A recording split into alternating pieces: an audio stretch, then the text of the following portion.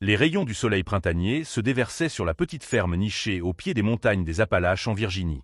La ferme de M. Dupont n'était pas grande, mais elle offrait suffisamment d'espace, entourée de bois clairsemés, créant un environnement idéal pour Éclaireur, un labrador noir de 7 ans, pour explorer à sa guise. M. Dupont était un photographe animalier à la retraite, ayant travaillé pour National Geographic pendant 3 décennies. Il avait passé la majeure partie de sa carrière en Afrique et en Amérique du Sud à photographier des grands félins dans leur environnement naturel.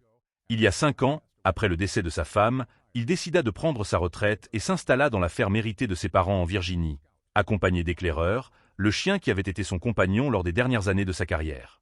Cette semaine, M. Dupont s'était rendu à Washington, D.C., pour assister à une conférence sur la conservation de la faune.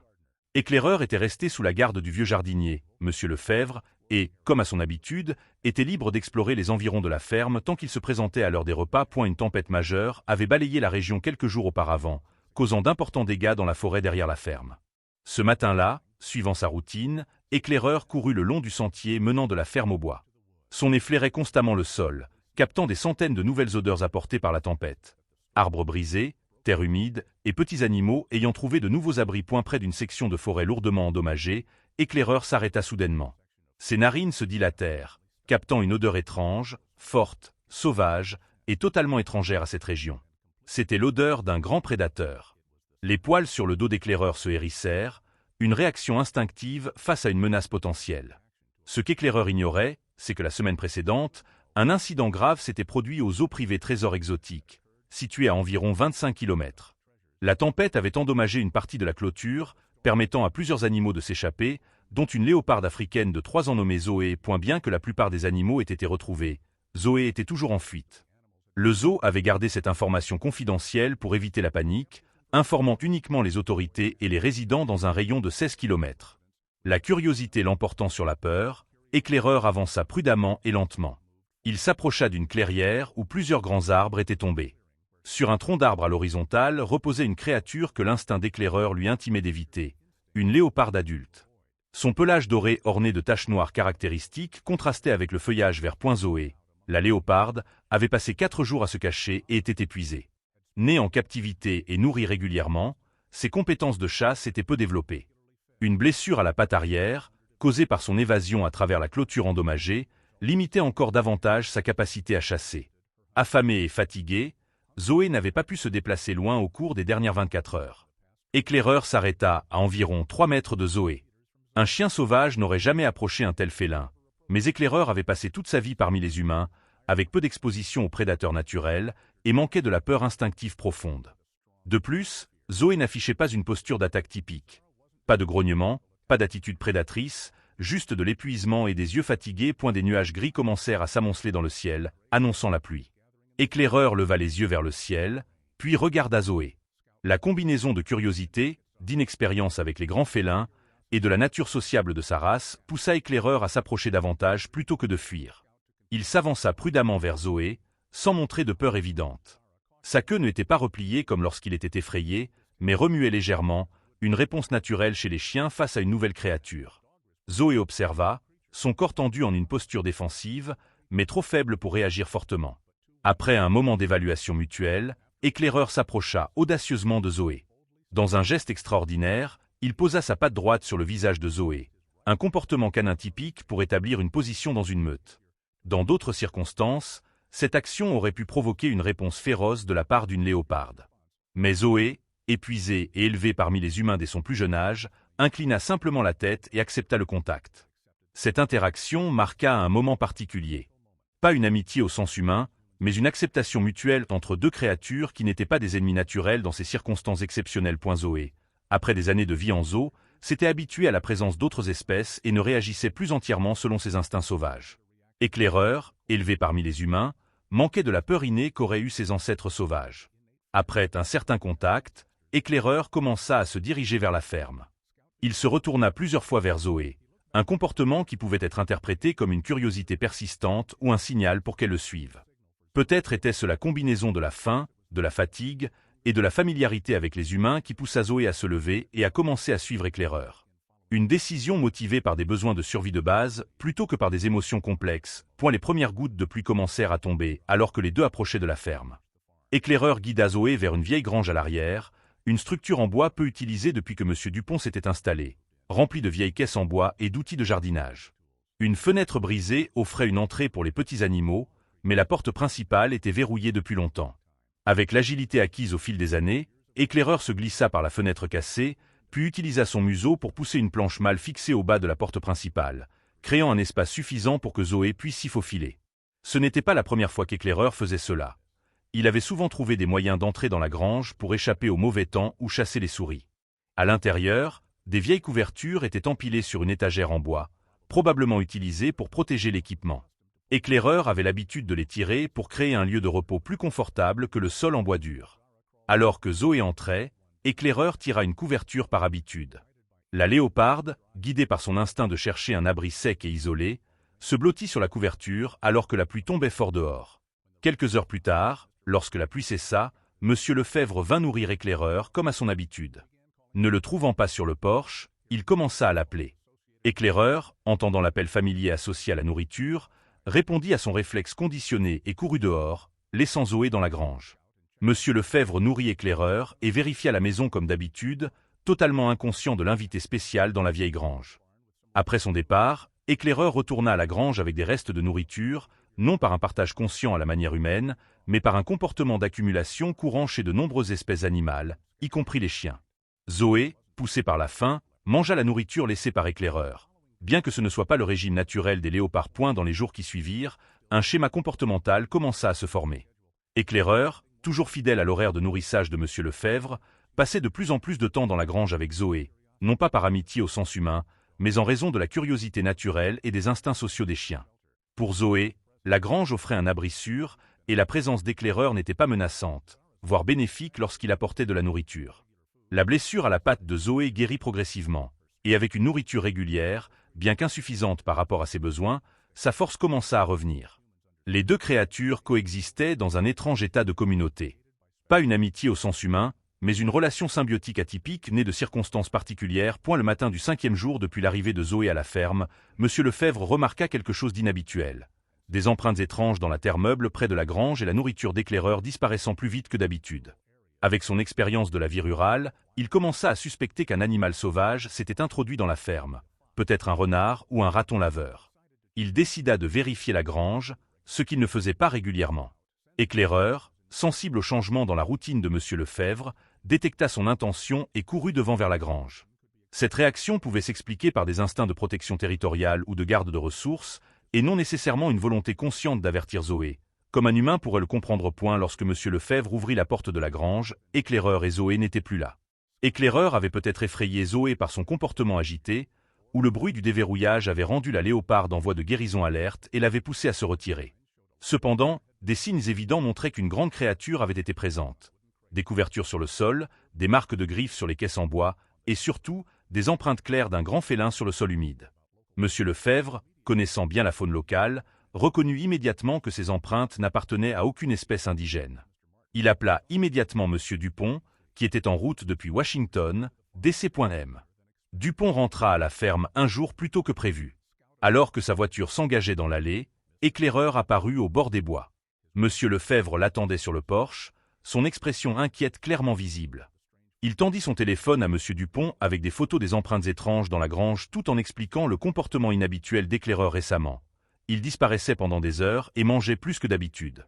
M. Dupont étudia les photos, reconnaissant immédiatement des empreintes de léopard. À ce moment-là, son téléphone reçut une notification des autorités locales de gestion de la faune concernant une léoparde échappée du zoo Trésor Exotique lors de la tempête de la semaine précédente. Tout commençait à s'assembler. Après avoir convaincu M. Lefebvre de rentrer chez lui pour des raisons de sécurité, M. Dupont commença à appeler Éclaireur. Le chien apparut au bord des bois, mais pas seul. À environ 5 mètres derrière lui, une léoparde africaine adulte observait depuis l'ombre des pins. M. Dupont resta immobile, s'appuyant sur toutes les connaissances et l'expérience accumulées au cours de sa longue carrière. Il appela doucement Éclaireur, et après un moment d'hésitation, regardant alternativement M. Dupont et la léoparde, le chien s'approcha finalement de son maître. Tout en caressant Éclaireur, M. Dupont observa la léoparde. Son expérience professionnelle lui indiqua qu'il s'agissait d'un animal échappé de captivité, pas d'un prédateur totalement sauvage. Sa posture, la manière dont elle observait les humains sans peur naturelle, et surtout la relation non hostile avec éclaireur le confirmait. La lumière de l'après-midi créait de longues traînées de lumière sur l'herbe de la ferme, tandis que la léoparde restait immobile, observant. La tension dans l'air s'apaisa progressivement alors que M. Dupont s'assit, réduisant toute posture potentiellement menaçante. Éclaireur s'assit à côté de lui, jetant de temps en temps un regard vers Zoé, comme s'il attendait quelque chose. Une légère brise souffla, portant l'odeur de la terre humide et de l'herbe fraîchement coupée. Après près de 20 minutes de silence, Zoé commença à bouger, non pas pour se retirer dans les bois, mais pour s'approcher lentement, pas à pas, ses yeux jaunes ne quittant jamais l'humain devant elle. Ce comportement montrait clairement qu'il s'agissait d'une léoparde habituée à la présence humaine, tout en conservant des instincts de vigilance sauvage.m. Dupont sortit son appareil photo et commença à photographier, capturant ce moment rare. Les doux clics de l'obturateur n'effrayèrent pas Zoé, un autre signe qu'elle avait vécu longtemps dans un environnement humain. Lorsqu'elle fut à environ 10 mètres, elle s'arrêta et s'assit dans une posture d'observation. Éclaireur regarda M. Dupont, puis Zoé, comme s'il essayait d'évaluer la situation. La lumière de l'après-midi s'estompa progressivement, cédant la place à l'obscurité. M. Dupont savait qu'il ne fallait pas forcer le contact trop tôt. Il se leva soigneusement et lentement, puis rentra dans la maison avec éclaireur point depuis la fenêtre du salon. Il continua d'observer tandis que Zoé restait à sa position initiale, semblant réfléchir à cette nouvelle situation. Cette nuit-là, M. Dupont fit des recherches approfondies sur le zoo Trésors exotiques en ligne. Les avis et rapports d'inspection qu'il trouva confirmèrent ses soupçons. Il s'agissait d'une installation avec des normes de soins pour animaux inférieures à la moyenne, avec de nombreuses violations concernant l'espace de vie et la nutrition des animaux. Zoé, selon les informations qu'il trouva, était une léoparde africaine née en captivité dans une installation au Texas, confisquée lors d'une descente des forces de l'ordre 3 ans auparavant et transférée ensuite à Trésors exotiques. Le lendemain matin, à l'aube, M. Dupont vit Zoé allongée sous un chêne près de la grange. Éclaireur, déjà réveillé et posté près de la porte, émettait de petits gémissements, voulant sortir. M. Dupont ouvrit la porte, observant Éclaireur se diriger directement vers Zoé. Leur rencontre se déroula naturellement, sans signe de tension ou de peur, juste le confort de deux créatures familières l'une avec l'autre. Dans un moment étonnant, Éclaireur s'approcha du flanc de Zoé et posa doucement sa patte droite sur son visage, un comportement que M. Dupont avait vu chez les chiens établissant des relations avec leurs congénères. Ce qui était surprenant, c'est que Zoé accepta ce geste calmement, semblant même à l'aise. M. Dupont saisit rapidement son appareil photo et captura ce moment, une photo qui deviendrait plus tard emblématique pour ses recherches sur les relations interespèces. Dans les jours qui suivirent, M. Dupont passa du temps à observer soigneusement la relation entre Éclaireur et Zoé à distance, utilisant ses compétences en photographie et en observation affinées au fil des années. Il captura de nombreuses images remarquables, y compris des moments où ils buvaient ensemble dans une petite flaque, Éclaireur poursuivant un lapin, puis s'arrêtant près de Zoé comme s'il lui cédait la proie, et de nombreuses instances où Éclaireur posait sa patte sur le visage de Zoé, un comportement particulièrement intéressant du point de vue de la recherche sur le comportement animal.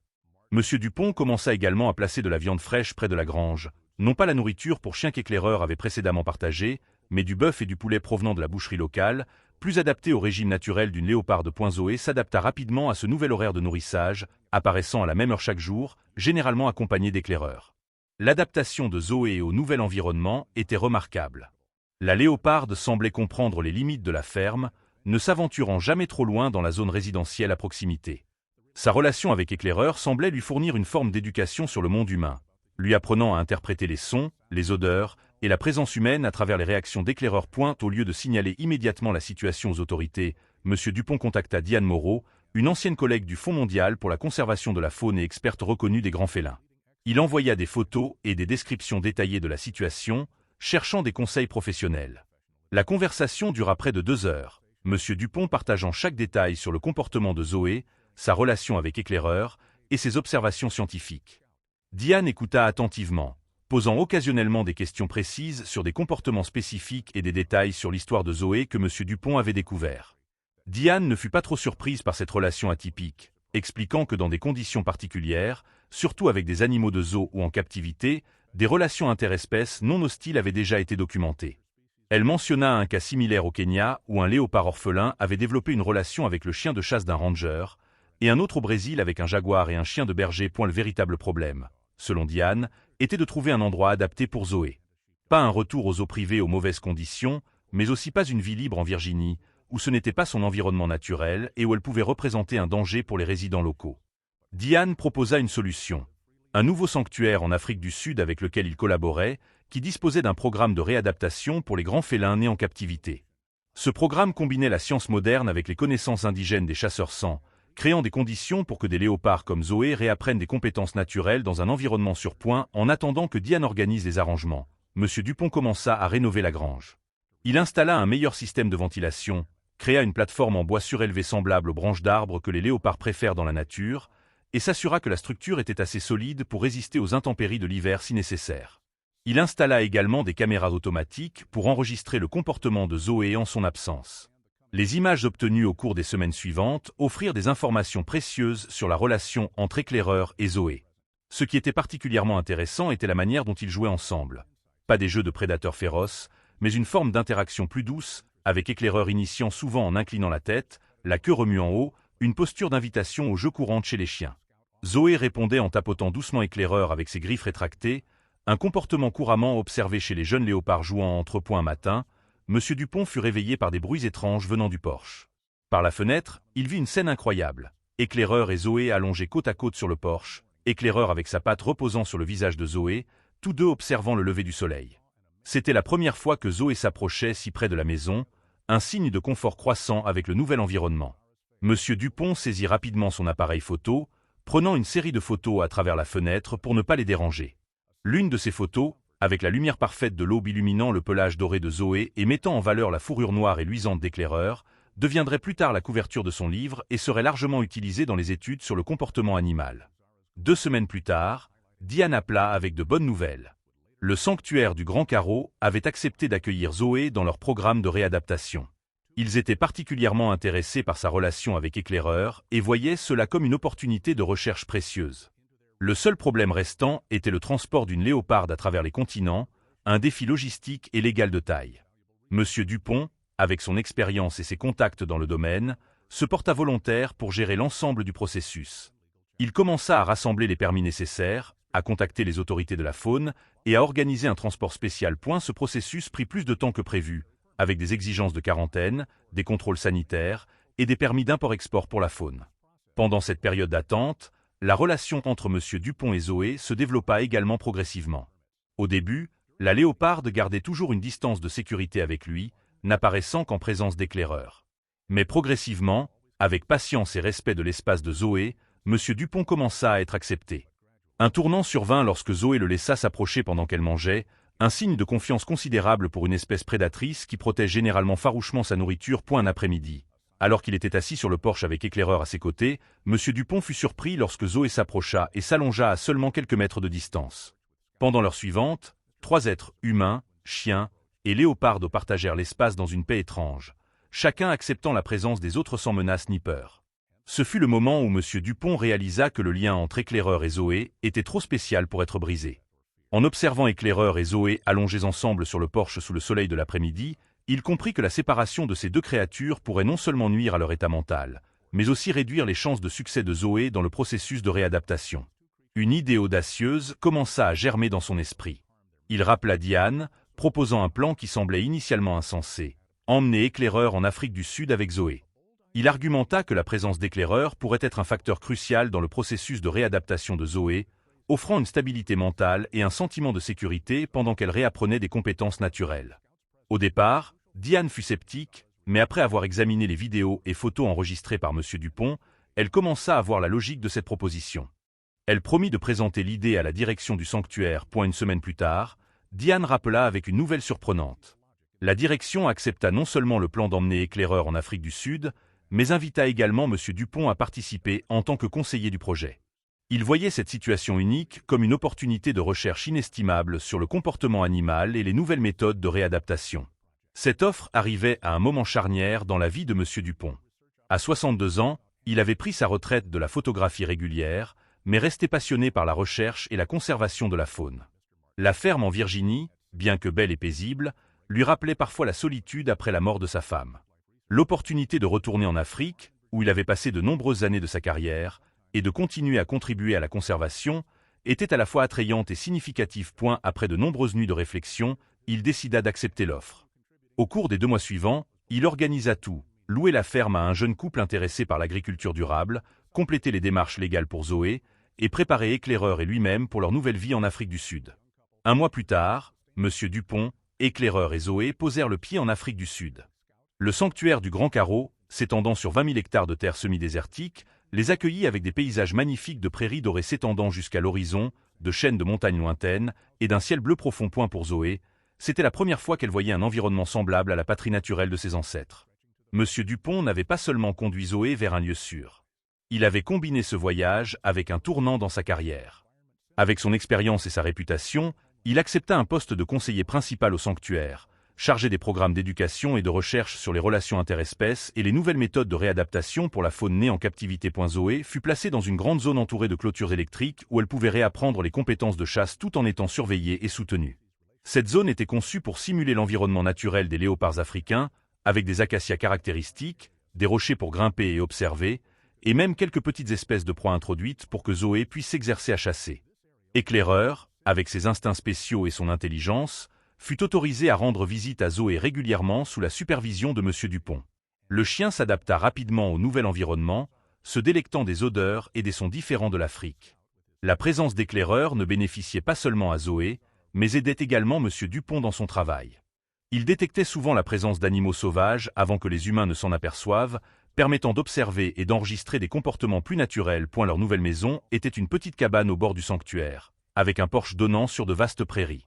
Chaque matin, Monsieur Dupont se réveillait au son des oiseaux africains et des rayons dorés du soleil filtrant à travers les fenêtres.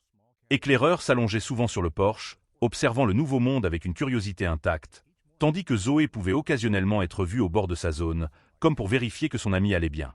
Au cours des mois suivants, les chercheurs du sanctuaire commencèrent à enregistrer un phénomène intéressant.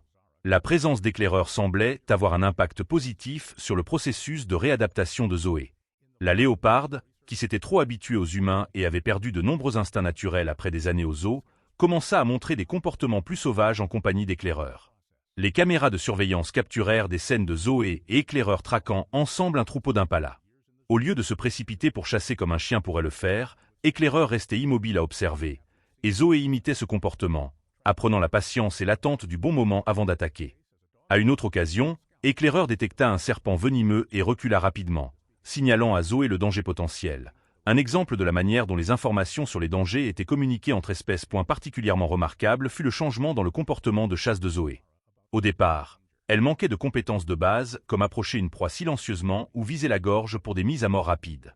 Mais avec le temps, grâce à une combinaison d'instincts qui s'éveillait progressivement et d'apprentissage auprès d'autres léopards dans les zones adjacentes, Zoé commença à chasser plus efficacement. Éclaireur, bien qu'il ne soit pas un prédateur naturel comme Zoé, jouait un rôle de soutien, flairant parfois les proies ou même participant aux dernières étapes des chasses. Leur relation devint le sujet principal des recherches de Monsieur Dupont, un exemple rare de la manière dont deux espèces différentes pouvaient interagir et se soutenir dans des conditions particulières. Il documenta soigneusement chaque interaction, analysa les comportements et les compara avec des études précédentes sur les relations interespèces. Ce travail se transforma progressivement en un livre qui serait plus tard publié sous le titre Le lien inattendu, leçon de conservation à travers une amitié interespèce. Les recherches de Monsieur Dupont ne se concentrèrent pas seulement sur la relation entre Éclaireur et Zoé, mais s'étendirent également à des applications pratiques dans la conservation. Il proposa un nouveau modèle pour la réadaptation des grands félins nés en captivité, utilisant des chiens spécialement entraînés comme pont entre le monde humain et le monde sauvage. Ce modèle rencontra d'abord du scepticisme, mais gagna progressivement l'attention et le soutien de la communauté internationale de la conservation.